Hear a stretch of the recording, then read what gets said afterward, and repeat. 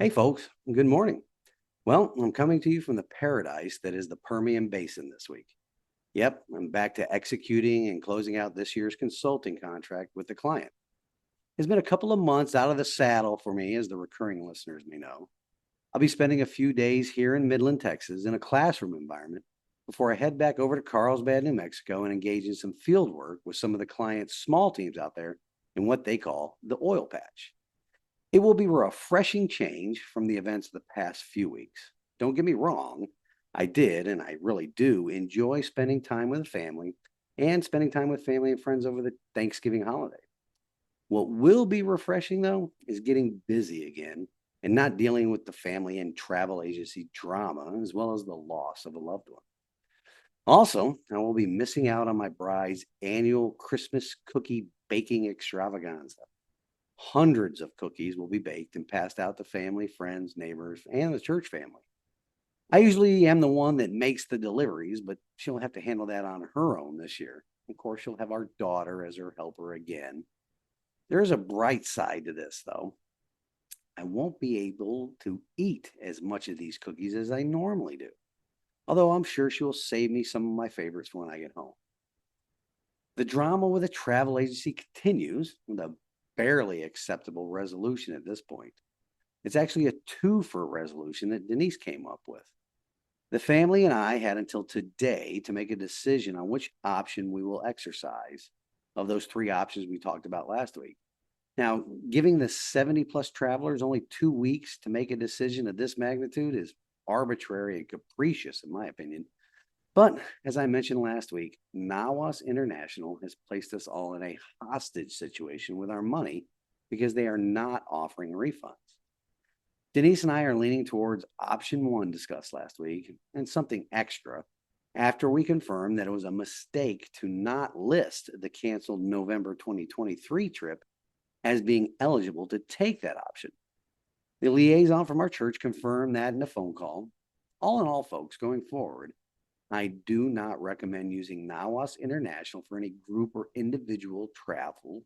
And once we are completed with this snafu, I do not believe Denise and I will voluntarily use this company again. This company has terrible reviews all over the internet, which I mentioned before, and I only became aware of because of this situation. Your church group has many other options to choose from for pilgrimages, and I highly recommend all involved to do some comparison shopping. Also, if you are purchasing travel insurance for excursions such as these, make sure you investigate the cancel for any reason option as part of your plan. Now, to some, it may be too expensive, but hey, it is definitely an option to check out. That would have saved a lot of headache as well as overcome the very fine print exclusions in Nawas's travel brochure, which is only available online, by the way, and not provided to the travelers in hard copy. Lessons learned all the way around. I also want to thank the listeners and viewers for their feedback on last week's episode. It seems there were some problems with the sound and speed of the playback at certain points during the episode. I'm investigating if that was an upload error or a technical mistake on my part or an editing error. Once I get it all sorted out, I will re-release the episode again. Now, as I mentioned last week, in this week's show, I will break down and give my personal thoughts on the bill Senator Janice Bowling and I discussed a few episodes back, and that bill is titled Restoring State Sovereignty Through Nullification Act. The bill, which is supposed to be reintroduced in next month's regular session of the Tennessee General Assembly, is a work of art in my mind, and for several reasons. Now, with that being said, let's get on with the program. Welcome to a show where we will discuss how the citizens of this republic must continuously fight to maintain our liberty, and those fights are increasingly against our own government. Some of the episodes on liberty will shine a light on exactly how all levels of government are seeking to erode our constitutionally protected rights. We will also discuss the leadership needed to restore our constitutional republic, as well as providing examples of good and bad people in leadership positions in all facets of our society. Additionally, we will discuss the lies the people in positions of power and influence spread every day so they can maintain those same positions. I'm your host, Larry Linden, retired U.S. Navy veteran, small business owner, and candidate for the Tennessee House of Representatives, and this is the Liberty, Leadership, and Lies podcast. Again, welcome to this week's show, ladies and gentlemen. I'll be doing something different on this week's episode that I have not yet done before. I will actually be showing the text of Senator Bowling's and Representative Hulsey's bill on the screen with you. If you are listening to the audio-only version of the show, please be sure and check out the video versions on YouTube or Rumble. No matter where you listen or watch the episode, though, I would like to ask that you give it a like or a thumbs up. If you could, please give the show a review on Spotify and Apple if you're listening to it on those programs. You want to know something strange, though? I was resistant to putting the show on TikTok for the longest time. I know. TikTok is a Chinese-run program, and that made me leery of using it for a couple of years now. Now, that shouldn't be strange to most of you listeners. After all, you cannot trust the Chinese at all.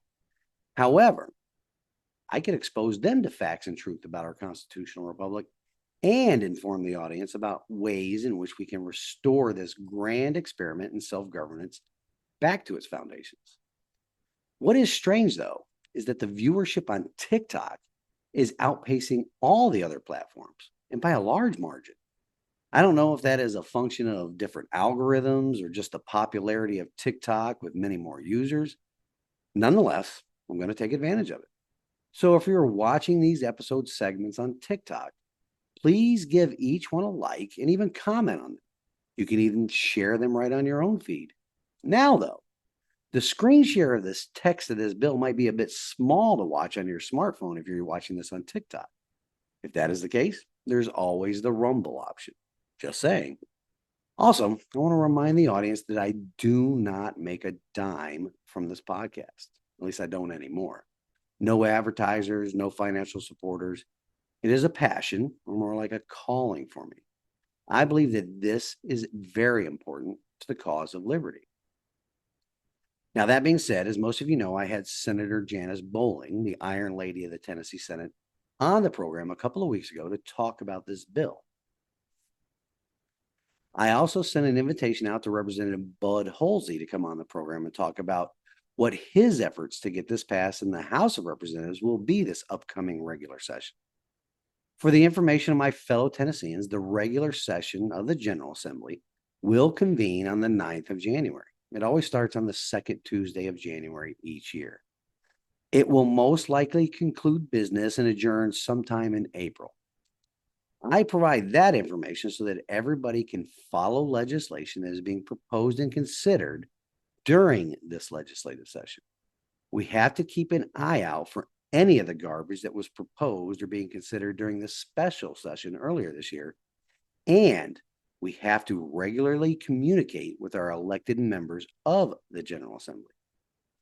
Of course, my consulting work will have me out of town on that day it convenes, and that'll be after a quick turnaround from this current engagement. I will only be home for 2 weeks when I come home from this event, and then it's back to the Permian Basin. I also have some more work scheduled for East Texas, Louisiana, and Oklahoma over the next 6 months or so. Oh, that reminds me. I will be home for the upcoming second annual East Tennessee Grassroots Leadership Summit that is being hosted by the wonderful group of Patriots over at Empowered Severe. There is an impressive lineup of speakers once again. Gary Humble from Tennessee Stands, State Representative Brian Ritchie, State Senator Frank Nicely, Nicole Hirschberger from Turning Point USA, Andrea Gomez from Citizens Renewing America, Andy Darlington from Christian Educators Association, Kathy Harms from Tennessee Fair Elections Coalition, Bernadette Pager from Children's Health Defense, Dr. Denise Sibley, the founder of and one of the foremost members of Tennessee Freedom Doctors, Alexis Brown, a citizen lobbyist against corruption in the Tennessee government, and the incomparable Pastor Keith Nix from the Lift Church here in Sevierville. Registration for the event is filling up fast, so if you live here or anywhere near Sevier County, you should make plans to attend this event. It is scheduled for Saturday, the 6th of January at the Sevierville Civic Center. It's an all-day event, but no worries. The summit is being catered by Holy Smokes Barbecue. Lunch and snacks throughout the day are included in the ticket price. You can find Empowered Severe on Facebook and contact the group to arrange to get your tickets. The inaugural event in January of this year was incredible, and this next one is shaping up to be even better. So come on out and arm yourself with knowledge and make connections with other like-minded patriots that are working to ensure accountability at the state level of our government. Some more important dates to keep in mind for the upcoming year are these. And of course, they have to deal with the upcoming elections. The first opportunity to cast a vote in 2024 will be in the presidential preference primary. The date for that primary is Tuesday, the 5th of March, but early voting for that primary will be from Saturday, February 17th through Saturday, the 24th of February. I cannot emphasize enough the importance of voting in that primary election. Regardless if President Trump is leading the field in the GOP primary and will run away with this primary here in Sevier County, you must, I say again, must vote in this primary, or you run the risk of forfeiting your bona fide status as a member of the state GOP, which means that you will not be able to participate in the biannual Republican Party reorganization or be considered eligible to run for public office as a Republican here in Tennessee. Make plans now to vote in that election or during one of the early voting days I just mentioned. While I do not agree with the early voting at all, it is something we must use. I worked for an admiral once who told me we go to war with the Navy we have, not the Navy we want or the Navy we need. We must deal with the decisions that were made in the past until we can modify or completely change those prior bad decisions. So, early voting, it is the Navy we all have right now, and we must fight with what is available to us. That applies until we can get rid of that unconstitutional, liberty-eroding system of implementing tyranny. We must use it to our advantage. In order to vote in the presidential preference primary, you must ensure that you are registered to vote. The deadline for that registration is Monday, February 5th. If you will not be available locally on election day, the deadline to request an absentee ballot is Tuesday, February 27th. If you are unsure about any of these dates or the requirements, do not hesitate to contact your local county election commission. I'm going to take a quick break here and come back on the other side with some more dates and then start breaking down this important piece of legislation. With that, I'll be right back.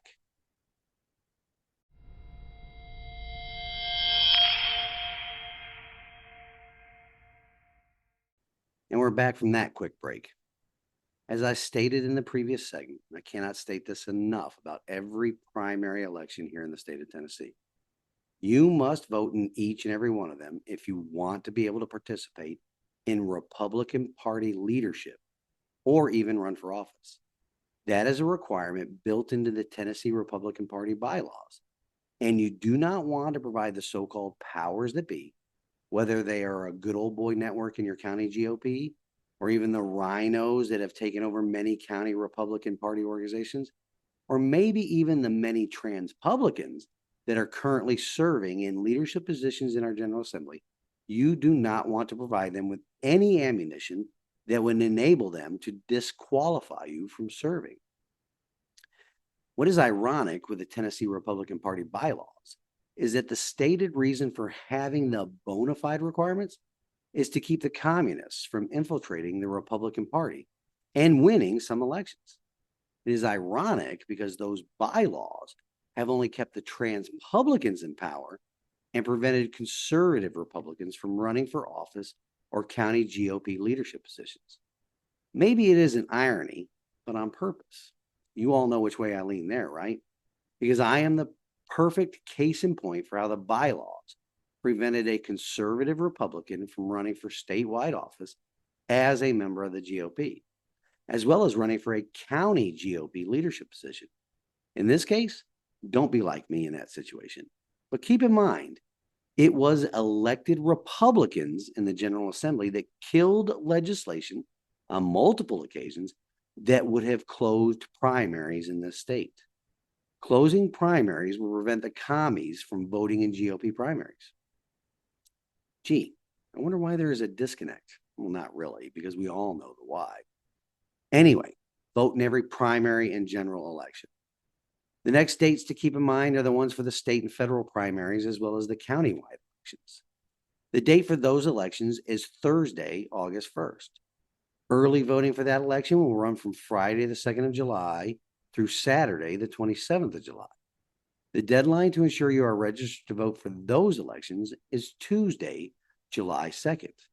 The deadline to request an absentee ballot is Thursday, July 25th. Next up is the big one for everybody in the audience, the November 2024 state and federal general election. That will be held on Tuesday, the 5th of November. To be able to vote in this election in this state, the deadline to ensure you are registered to vote is Monday, October 7th. Early voting here in Tennessee will be held from Wednesday, the 6th of October through Thursday, the 31st of October. An important date in the election cycle for myself is this, Monday, February 5th. That is the day that I could pick up my petition to get on the ballot for the August 1st primary. Now, sadly, I will be out of town for that date, but will return to Tennessee not too many days later. I have until noon on Thursday, the 4th of April, to turn in my petition with the required number of signatures. That should not be a problem. It wasn't last time. If you live here in the 12th Tennessee House District, you may be receiving a visit from me shortly. In fact, if you're a resident of Sevier County and would like to set up a time where we can talk about the required course correction I believe our General Assembly needs, send me an email and let's work together to arrange that meeting. To reach me here at the show, the email address is larry@libertyleadershipandlies.com.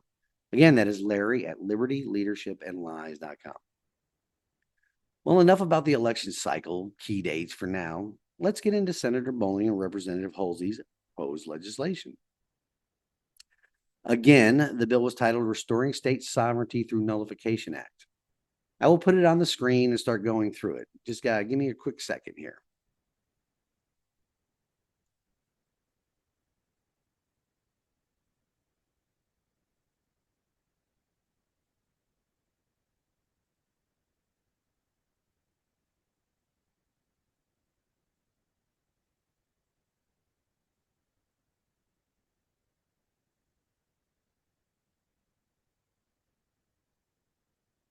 And here it is. So here, the first thing I would like you to notice about this bill is Section 3. It's right here, starts here. It's where we start getting in the meat of the bill. It actually starts by citing the Constitution of the state of Tennessee, and specifically Articles 1, Sections 1 and 2. We've talked about them on this program quite a bit. Maybe, just maybe, by having it in this bill, that will force some members of the General Assembly to read both our state constitution and the U.S. Constitution. After all, they swear an oath to them, right? Then it moves into the federal Constitution, referring to the enumerated powers, another frequent topic of discussion on this podcast.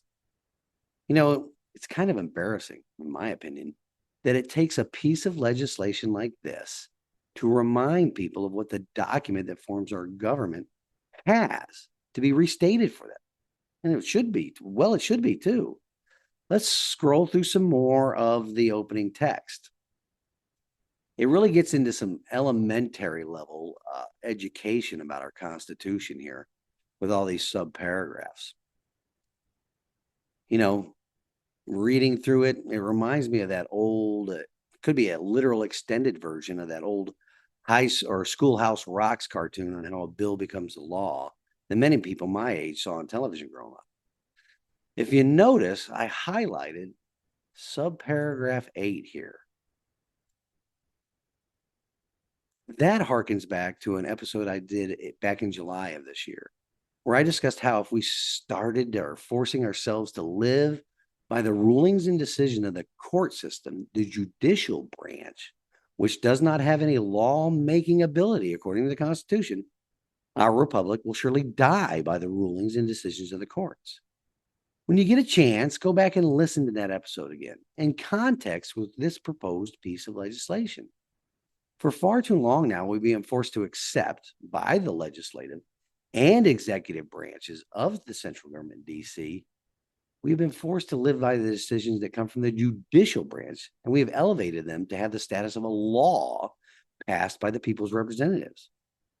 This has also applied these decisions, or they have also allowed these decisions to alter or appear to amend the Constitution without going through the constitutional amendment process. The same thinking and behavior has been applied to executive orders as well. When that happens, it is one branch assuming powers not delegated to it in the Constitution. It's amazing to me it has taken this long for state lawmakers to not only recognize this, but to take action to put the central government back within its constitutional limitations. After a quick break, we'll come back here and discuss what I believe to be one of the key facts pointed out in this bill, and it's in subparagraph 11. So I'll be right back after this brief pause.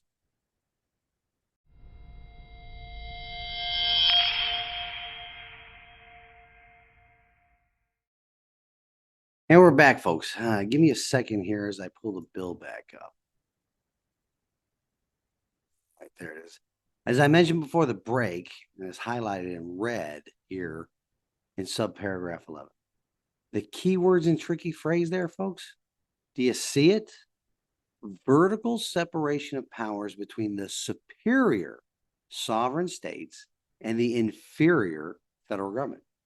Absolutely spot on facts there that the central government needs to be reminded of daily, if not hourly. It is my belief that if every elected official, as well as every judge at both the state and federal level, read this bill as well as attend a presentation by Attorney Jeff Cobble as he explains it. Last month was the third time I've heard Mr. Cobble speak, and it's definitely well worth the time spent and knowledge gained. But what is most striking with the knowledge gained is it's not in some mysterious location where you have to work hard to find it. It is the plain language of the Constitution and in the writings of the founding fathers. It's available for all of us to read and learn from. It's not very common knowledge now, and I believe that is one of the reasons that, and the reasons for that is that we allow the central government to take a leading role in the education of our children. We, the people, allowed them to usurp the rights of the states and the people in matters regarding education. After all, it was not an enumerated power the states gave the federal government in the Constitution. Yet here we are in the position where the central government controls what children in classrooms all over the country learn, as well as that same federal or central government punishing states that do not allow boys and girls bathrooms because they are suffering from some sort of mental illness brought on by a social contagion. I have said it before and will say it again until I'm blue in the face. The federal government has no constitutional authority to be involved in public education. And because we have allowed them to usurp that power, they have purposely not educated the children of this nation on the limitations put on the federal government by the Constitution. In subparagraph 14 of this bill right here, it questions whether this shift in jurisprudence or ignoring the vertical and horizontal separation of powers built into our Constitution was intentional or accidental. Ladies and gentlemen, with the plain language of the Constitution right in front of every elected official, as well as all of the writings of the founding fathers being available for them to read prior to considering any legislation, there is absolutely no doubt in my mind that the shift was completely intentional. Our republic was founded by a throwing off the yoke of tyranny. You cannot accidentally put that yoke back on after suffering the birth pains of our nation.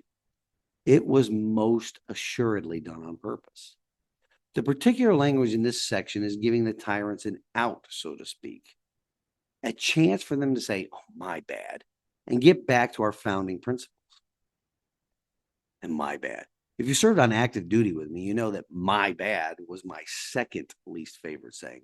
My least favorite was when a sailor told me, "You see, Master Chief, what had happened was," and then come the plethora of excuses. Anyway, folks, when the vertical and horizontal separation of powers was eroded, do not ever doubt that it was done on purpose. The bill goes on again at length to provide lawmakers in the General Assembly a rudimentary re education on what not only both constitutions state, but also the words of the oath they swear when assuming elected office. Again, I believe they should be sad and embarrassed by needing this to remind them of that. But we are where we are right now. Section 5, let's get down to that.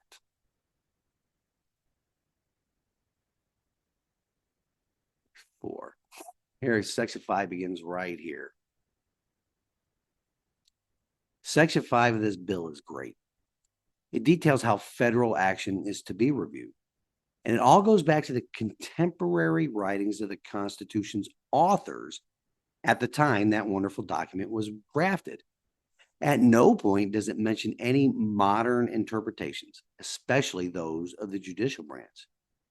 I would like to call your attention to subparagraph 9 or section 9, subparagraph 2. Let's get down to it. Again, I'm going to hang this up on my website, but subparagraph 2 is the best part of the process to nullify any federal action, but it will also be the biggest roadblock to the passage of this bill as written. You see, that subparagraph includes language that does away with the manner in which a lot of good liberty protecting legislation has died here in Tennessee in the past. Committee votes, especially voice votes, where the chair of the committee makes the sole decision on whether or not a bill advances to the full floor.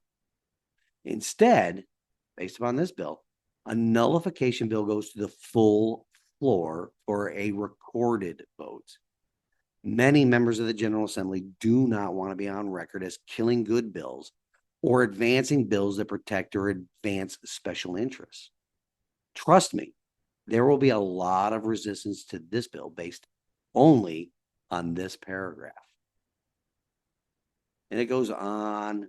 Again, like I said, I'm going to hang this up on my website. Please give it a chance. Give it a look-see.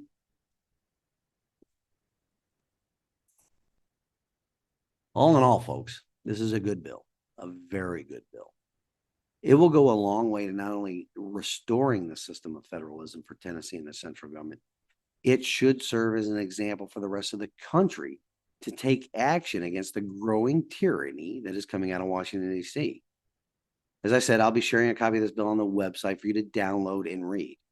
If you do not reside in Tennessee, I would encourage you to share this with your state lawmakers for the districts you live in.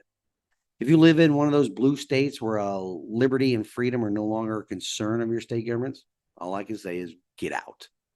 Let those states implode under the weight of their tyranny. It isn't safe for you to live there, and especially it's not safe for you to raise a family there. With that, I'm going to take a quick break before I come back for the closing of the show with God's Word. We'll be right back.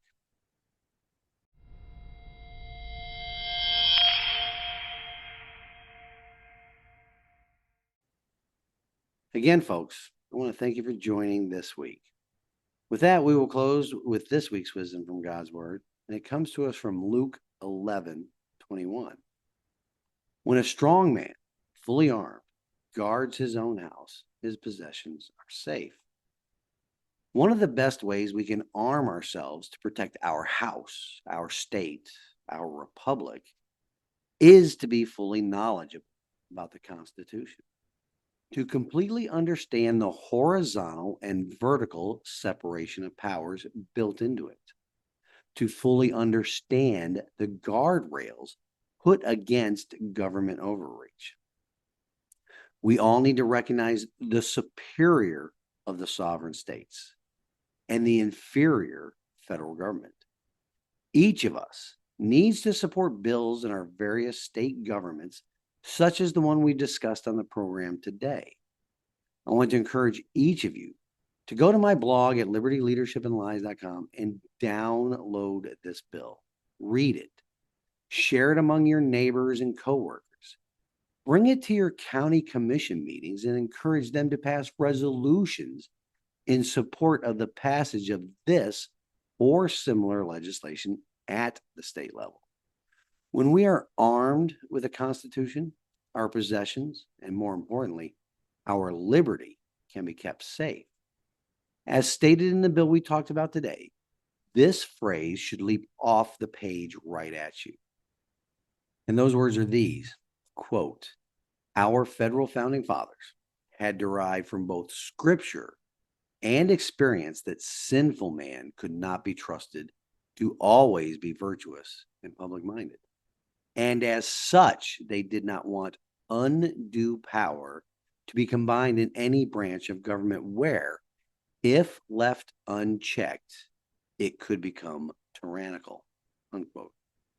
The only way undue power can be checked is when the people are fully armed with the knowledge and understanding of our republic's founding documents, and to guard our house against the usurpations of liberty by selecting and supporting only those people who choose to be servant, not selfish leaders.